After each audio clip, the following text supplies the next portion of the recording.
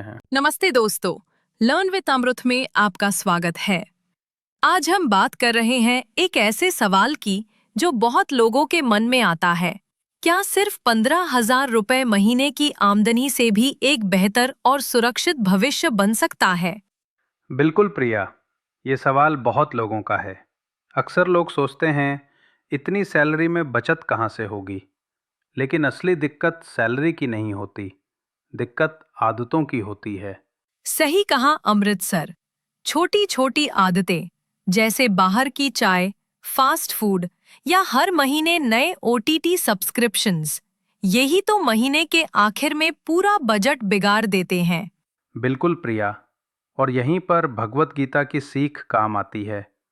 कृष्ण हमें सिखाते हैं अनुशासन और संतुलन का महत्व। तो चलिए, आज गीता के 8 ऐसे सबक सीखते हैं जो हमारी फाइनेंशियल लाइफ बदल सकते हैं। और हाँ, हर सबक के साथ एक छोटा सा होमवर्क भी। पहला सबक, खर्चों पर अर्जुन जैसी नज़र। गीता में कृष्ण कहते हैं योगः कर्मसु कौशलम, मतलब कर्म में कुशलता ही योग है। तो प्रिया, पैसे के मामले में कुशलता का मतलब है हर खर्च पर अर्जुन जैसी पैनी नजर रखना। मतलब हर खर्च लिखना पड़ेगा अमृतसर? हाँ प्रिया, बड़ा या छोटा, हर खर्च डायरी में या किसी ऐप में लिखिए। जब आप लिखते हैं तो दिखता है कि पैसा असल में कहाँ जा रहा है। आज का होमवर्क, आज का पहला खर्च जरूर लिखिए। दूसरा सबक, संतुलन और कटौती। अमृतसर, जब खर्चे लिख लिए तो अगला कदम क्या हो? अब आता है संतुलन। कृष्ण कहते हैं युक्ताहार विहारस्य, मतलब जीवन में संतुलन जरूरी है। अगर 3,000 रुपये सिर्फ बाहर खाने या शॉपिंग में जा रहे हैं तो कोशिश करें उसे आधा करें। 1,500 रुपये बचेंगे, मन भी खुश रहेगा और जेब भी। सही कहा सर। पहले जागरूकता, अब संतुलन, स्टेप बाय स्टेप। तीसरा सबक, कर्ज के बंधन तोड़ना। लेकिन अमृत सर, अगर पहले से कोई ईएमआई चल रही हो, जैसे बाइक या मोबाइल का लोन, तो क्या करें? बहुत अच्छा सवाल प्रिया। गीता कहती है बंधन तोड़ो, और कर्ज भी तो एक बंधन ही है।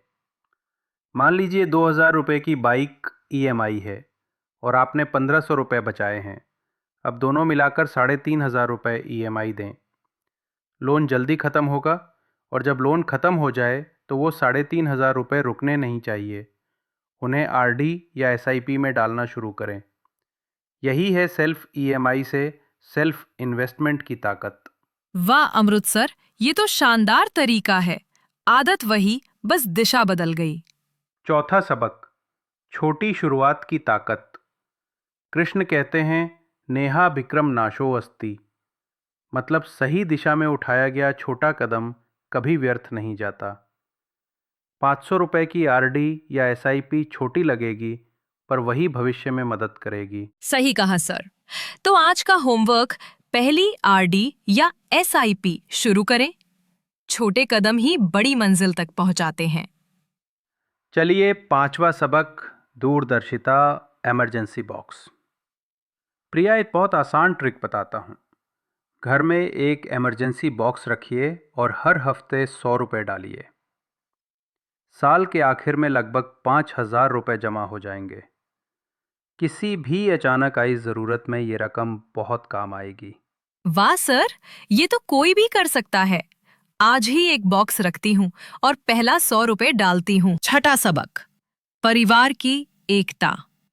अमृतसर, कई बार बचत की कोशिश में घरवाले साथ नहीं देते, तब क्या करें? प्रिया, गीता हमें एकता सिखाती है।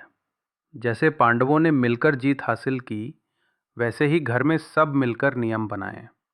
पहले बचत, फिर खर्च। आज रात खाने पर परिवार के साथ इन बातों पर चर्चा कीजिए। यही है आज का होमवर्क।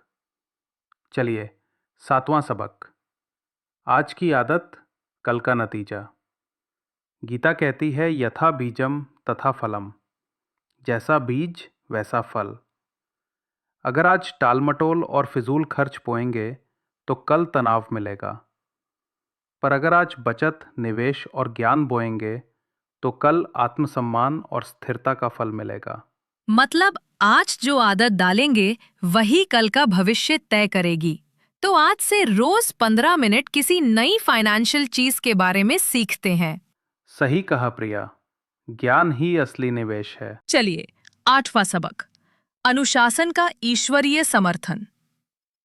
अमृत सर, आखिरी सबक क्या कहता है?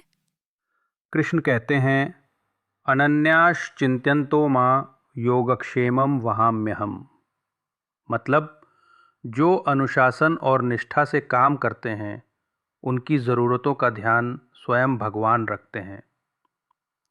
अगर हम ईमानदारी से प्रयास करते हैं तो सफलता अपने आप आती है। तो सर, बात पैसे की नहीं, प्राथमिकता की है। अगर ओटीटी के लिए पैसा निकल सकता है तो एसआईपी के लिए क्यों नहीं? बिल्कुल प्रिया, 15,000 रुपए की सैलरी से भी सम्मानजनक और स्थिर जीवन संभव है, बस अनुशासन और गीता के सबक साथ हों। और याद रखिए दोस्तों, कर्म करो, फल की चिंता मत करो। हर छोटा प्रयास मायने रखता है। सही कहा प्रिया। और अगर ये एपिसोड आपको अच्छा लगा हो तो लर्न विद अमृत को यूट्यूब पॉडकास्ट्स पर सब्सक्राइब ज़रूर करें। Thank you. जय श्री कृष्ण। जय श्री कृष्ण।